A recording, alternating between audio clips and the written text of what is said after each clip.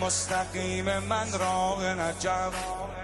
سجده میکنم به درگاه نجف. بسم اللہ الرحمن الرحیم. السلام علیکم. آپ دیکھ رہے ہیں ہمارا آفیشیل یوٹیوب چینل. ناظرین کرام، جیسا کہ آپ جانتے ہیں کہ کل کے دن میں ایک ڈیولپمنٹ آپ کے سامنے آئی کہ جہاں بھارت میں مقبوضہ کشمیر کے علاقہ پہلگام میں ایک دہشت گردی کی کارروائی ہوئی، جس میں 27 سے لے کے 28 افراد جو ہیں وہ لقمہ اجل بن گئے، ان کو ہلاک کر دیا گیا. سب سے پہلے بحیثیت مسلمان میں ایسی دہشت گردی کے واقعے کی پرزور مذمت کرتا ہوں، اور یقیناً مذہب اسلام جو ہے وہ ہمیں اس بات کی اجازت دیتا ہے کہ ایسی دہشت گردی اور ایسے بزدلانہ اور ایسی ظالمانہ کارروائیوں کی مذمت کی جائے. جب سے یہ واقعہ رونما ہوا، اس واقعے کے رونما ہونے کے فوراً بعد جو ہے وہ ایک افواہوں کا بازار گرم ہو گیا، اور ہندوستانی میڈیا نے اس کی تمام تر ذمہ داری جو ہے وہ پاکستان پر ڈال دی، بغیر کسی تحقیق کے، بغیر کسی انویسٹیگیشن کے، بغیر حقائق کو سمجھے ہوئے، بغیر جانچے ہوئے. پراپوگنڈا جو ہے وہ ہر دور میں بڑا خطرناک رہا ہے، اور پراپوگنڈے ہی کی دوسری قسم جو ہے وہ آج سوشل میڈیا ہے. سوشل میڈیا میں آپ کو جو دکھایا جاتا ہے، جو سنایا جاتا ہے، انسان حقائق کو جانچے بغیر ان چیزوں کو حقیقت سمجھنا شروع کر دیتا ہے. سب سے پہلی بات تو یہ ہے کہ جب یہ دہشت گردی کی کارروائی ہوئی، یہ دہشت گردی کی واردات ہوئی، تو اس کے بعد یقیناً حقائق کو سمجھنے کے لیے، حقائق تک پہنچنے کے لیے کچھ وقت درکار تھا. اس وقت میں مخاطب ہوں ہندوستان میں رہنے والے اپنے ان تمام چاہنے والوں سے جو میرے لیے ہمیشہ دعا گو رہتے ہیں، اور ہندوستان میں صرف ایک مسلک یا ایک مذہب تک آواز نہیں پہنچتی، بلکہ ہمیں یہ تمام تاثرات اور آپ کی دعائیں اور آپ کی آراء جو ہے وہ ہمیں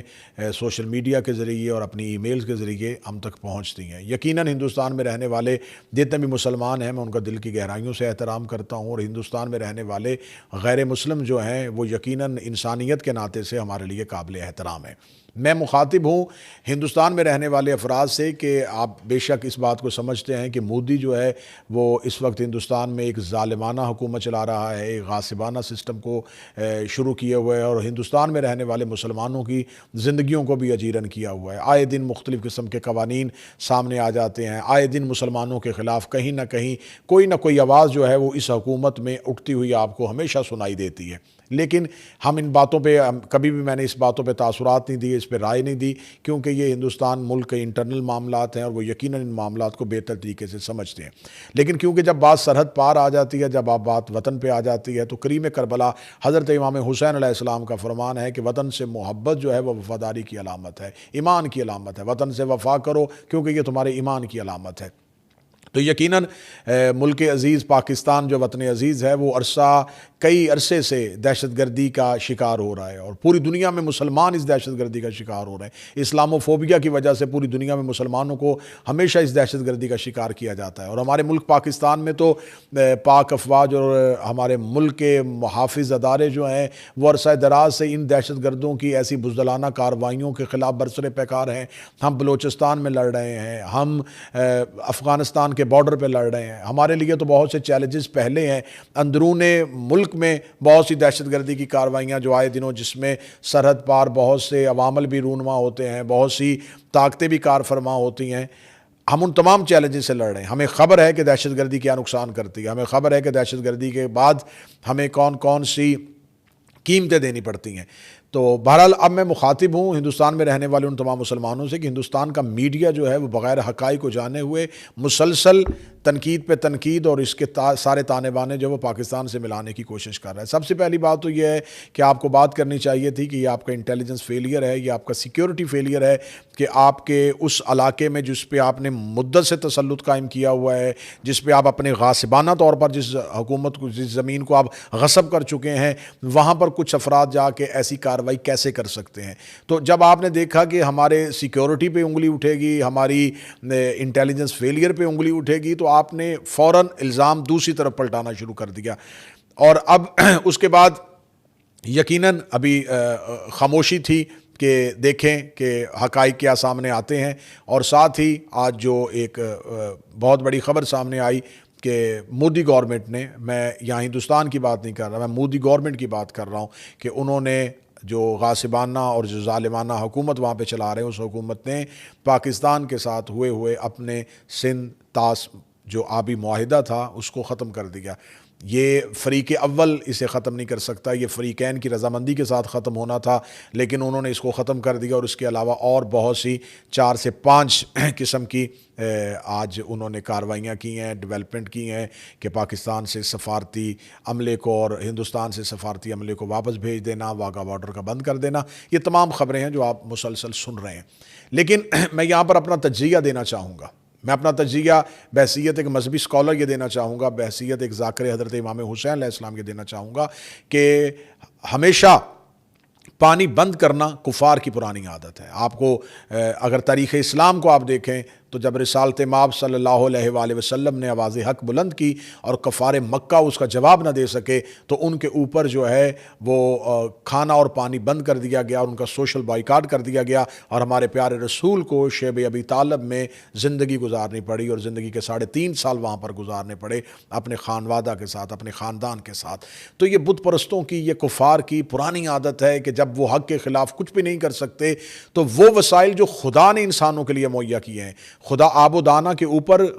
میرا اللہ اتنا علی کل شیء قدیر ہے کہ وہ آب و دانہ کے اوپر کسی بھی مذہب کی ادارہ داری نہیں قائم کرتا، وہ کافر کو بھی کھانا دیتا ہے، وہ موسیٰ کا بھی رازق ہے تو وہ فرعون کو بھی رزق دیتا ہے، وہ ابراہیم کو بھی کھانا دیتا ہے تو نمرود کو بھی سانس دیتا ہے، وہ خدا سب کے لیے رب العالمین ہے، وہ عالمین کا رب ہے، اور ہمارا رسول رحمت للعالمین ہے۔ لیکن کفار ہمیشہ یہ کوشش کرتے ہیں کہ جب ان کے پاس کچھ نہ آئے تو وہ قادر بننے کی کوشش کرتے ہیں، وہ قدرت کے اختیارات کو استعمال کرنے کی کوشش کرتے ہیں، وہ اللہ کے اختیارات کو استعمال کرنے کی کوشش کرتے ہیں۔ لیکن یہ بات ذہن میں رکھیے گا کہ دریائے فرات بہہ رہا تھا اور یزیدی فوج یہ سمجھ رہی تھی کہ ہم نے حسین پہ پانی بند کر دیا ہے، لیکن انہیں خبر نہیں تھی کہ پیاسوں نے دریا کو شکست دے دی تھی۔ انہیں یہ خبر نہیں تھی کہ جب آپ حق پہ ہوں، جب آپ ظالم کے خلاف لڑ رہے ہوں تو پھر پیاس آپ کا کوئی اثر نہیں کر سکتی، پیاس آپ پہ غالب نہیں آ سکتی۔ تو یہ آل محمد کے چاہنے والوں کا وطن ہے، یہ آل محمد سے محبت کرنے والوں کا وطن ہے۔ یہ ایسی یزیدی کاروائیاں کرنا، ایسی پرانی کافرانہ روش کو قائم کرنا یہ غلط ہے۔ یقیناً اس کی ہر ایک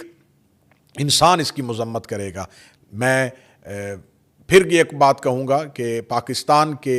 رہنے والا ایک باسی جو ہے وہ اپنے وطن کی مٹی سے بڑی محبت کرتا ہے، ہم اپنے وطن کی مٹی سے بڑے مخلص لوگ ہیں۔ اور دوسری بات یہ ہے کہ میں یہ بات ضرور اپنا پیغام پہنچانا چاہوں گا کہ پاکستان کو اتنا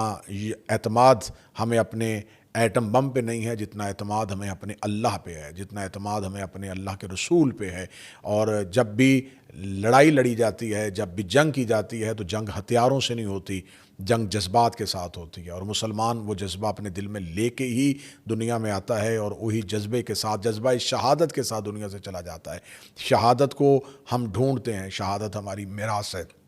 تو میں مخاطب ہوں مودی گورنمنٹ سے